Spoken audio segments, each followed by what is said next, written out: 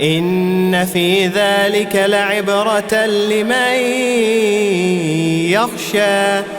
أأنتم أشد خلقا أم السماء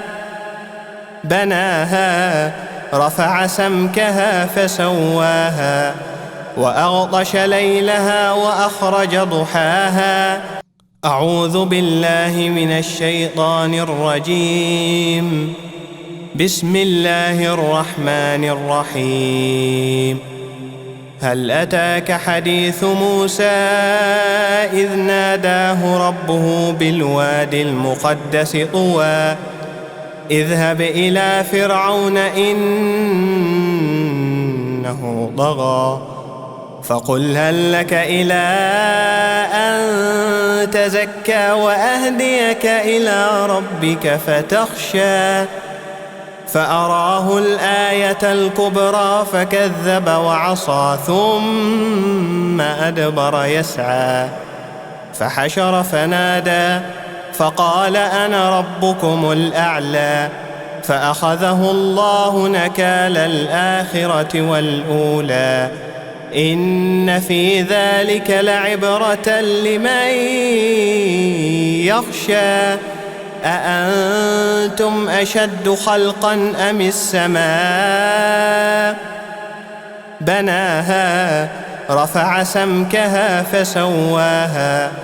وأغطش ليلها وأخرج ضحاها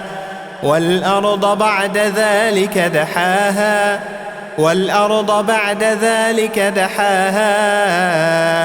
أخرج منها ماءها ومرعاها والجبال أرساها متاعا لكم ولأنعامكم فإذا جاءت الطامة الكبرى يوم يتذكر الإنسان ما سعى وبرزت الجحيم لمن يرى فأما من طغى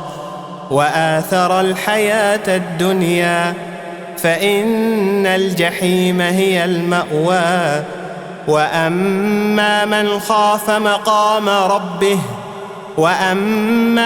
خاف مقام ربه ونهى النفس عن الهوى فإن الجنة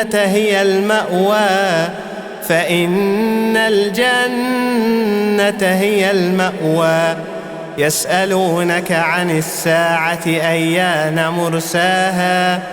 فيم أنت من ذكراها إلى ربك منتهاها إنما أنت منذر من يخشاها كأنهم يوم يرونها لم يلبثوا إلا عشية أو ضحاها. صدق الله العظيم.